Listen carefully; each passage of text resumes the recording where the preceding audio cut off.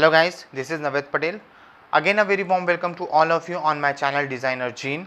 In this video we are going to talk about our next topic जिसका नाम है TCA. जैसा कि आप लोगों को पता है कि हमने एक टॉपिक स्टार्ट किया था जिसका नाम था रेस्पिरेशन.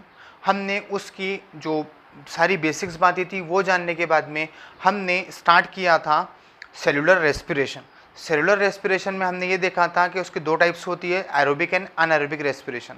हमने उसमें से एरोबिक रेस्पिरेशन स्टार्ट किया था जिसमें से हमने उसकी पहली स्टेप जिसका नाम था ग्लाइकोलिसिस वो कंप्लीट कर चुकी है. अगर कभी आपने वो वीडियो नहीं देखा होगा तो आई बटन पे मैं उसकी लिंक शेयर कर रहा हूँ, आप पहले वो जाके देखें ताकि आपकी पूरी जो लिंक है वो बिल्डअप हो और आपको ये पूरा टॉपिक स्टेप बाय स्टेप समझ में आए. ओके, तो चलिए स्टार्ट करते हैं. तो हमारा after the completion of glycolysis हमारा नेक्स्ट टॉपिक है TCA यानी tricarboxylic acid cycle, जिसे as are also called as a citric acid cycle. ठीक है, और इसको डिस्कवर्ड करने वाले हंस क्रेब ये साइंटिस्ट थे और इसीलिए इसे कहा जाता है क्रेब साइकिल. ठीक है, उसके बाद में अब हम ये देखेंगे कि जो हमारा जो लास्ट प्रोडक्ट जो था सबसे पहले ग्लाइकोलिसिस का, जो कि हमने ग्लूकोज को कन्वर्ट करा के क्या बनाया था, पायरुविक एसिड बनाया था. पायरुविक एसिड जो बना था, अब क्या होता है कि यही कन्वर्ट होकर क्या बनाता है, acetyl coenzyme A. Acetyl co enzyme A. ठीक है, कोएंजाइम ए बनाता है, जैसा कि ग्लूकोज कन्वर्ट होके क्या बनाता है, पायरुविक एसिड, और पायरुविक एसिड जो है वो कन्वर्ट होके फिर से क्या बनाता है, एसिटाइल को ए. सबसे पहले पायरुविक एसिड का कन्वर्सन होता है एसिटाइल को ए में विद द हेल्प ऑफ ये enzyme the pyruvic dehydrogenase complex. Pyruvate dehydrogenase complex. ठीक है, इस एंजाइम की मदद से जो हमारा पायरुविक एसिड होता है वो कन्वर्ट होता है एसिटाइल को एंजाइम ए में. ओके, उसके बाद में यहाँ पर जो NAD कन्वर्ट होता है NADH में, DH में.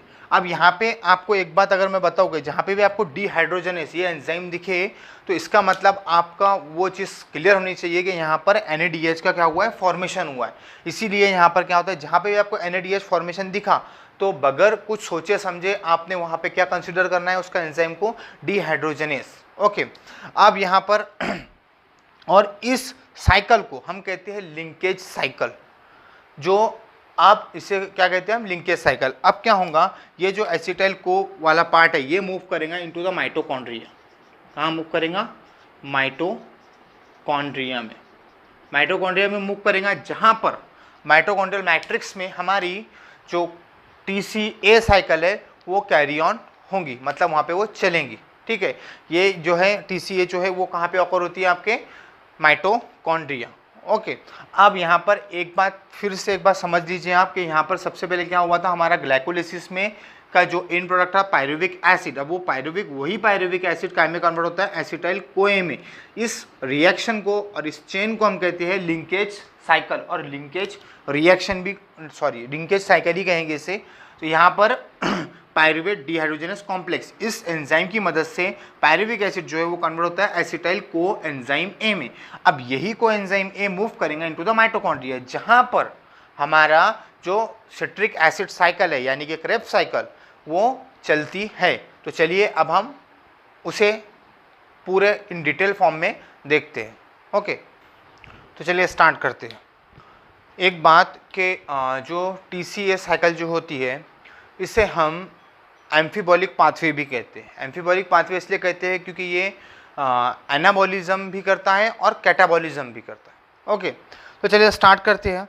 सबसे पहले तो try carboxylic acid cycle, Krebs cycle और TCA साइकिल, मतलब सिट्रिक एसिड साइकिल, ये एक ही चीज़ का नाम है. ओके, क्रेब्स साइकिल इसलिए क्यों कहा जाता है क्योंकि इसे हैंस क्रेब नाम के जो साइंटिस्ट थे उन्होंने डिस्कवर किया था, इसीलिए इसे क्रेब साइकिल भी कहा जाता है. और सिट्रिक एसिड साइकिल ये इसीलिए कहा जाता है वो आप के इसका जो पहला प्रोडक्ट बनता है वो बनता है सिट्रेट.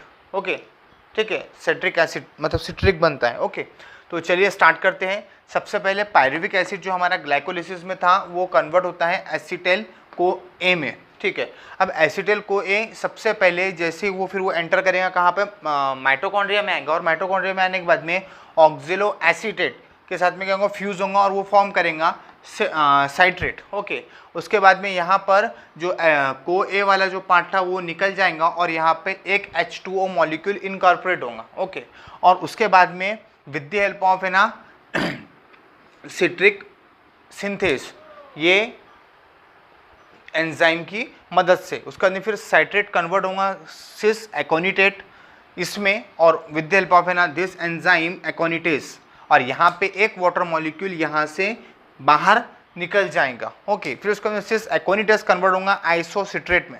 ओके, आइसोसाइट्रेट में। उसके बाद में फिर यहाँ पर विद द हेल्प ऑफ है ना एकोनिटेस दिस एंजाइम, उसके बाद फिर क्या होता है, आइसोसिट्रेट जो है वो कन्वर्ट होता है ऑक्सिलो सक्सिनिक एसिड में with the help of this enzyme isocitrate dehydrogenase, और यहाँ पर आपका एक NAD मॉलिक्यूल कन्वर्ट होता है NADH में। ओके, फिर उसके बाद में ऑक्सिलो सक्सिनिक एसिड कन्वर्ट होता है अल्फा कीटोग्लूटरेट में। यहाँ पर आपका एक CO2 ये जो मॉलिक्यूल है वो बाहर यहाँ से रिमूव हो जाता है। ओके, तो उसके बाद में फिर अल्फा कीटोग्लूटरेट जो होता है वो कन्वर्ट होगा सक्सिनाइल को एंजाइम ए में, सॉरी को ए में, with the help of this enzyme alpha ketoglutarate dehydrogenase complex, इसकी मदद से वो सक्सिनाइल को ए में कन्वर्ट होता है। यहाँ पर भी NAD कन्वर्ट होता है NADH में।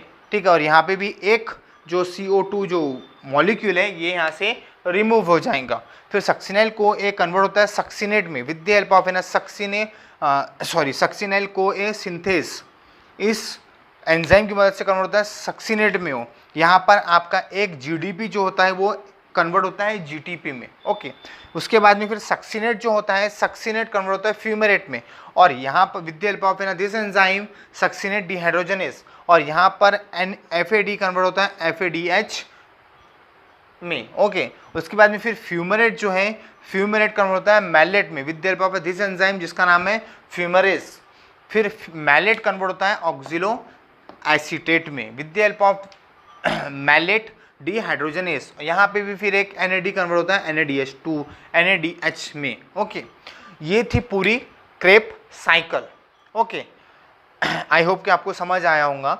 इसका प्रोडक्ट की अगर बात करें हम तो इस साइकिल में 3 NAD बनते हैं, 3 NADH बनते हैं, एक FADH बनता है और एक GTP बनता है। ओके, अगर कभी हम एक NADH2 को एक NADH को अगर ब्रेक डाउन करते हैं तो मतलब उससे तोड़ते हैं और उससे कितने ATP बनते हैं, तो कितने 3 ATP बनते हैं। तो इसी तरह से यहाँ पर 3 NADH है तो टोटल ATP कितने तैयार होंगे, 9, और एक FADH2 से 2 ATP सिंथेसाइज हो सकते हैं।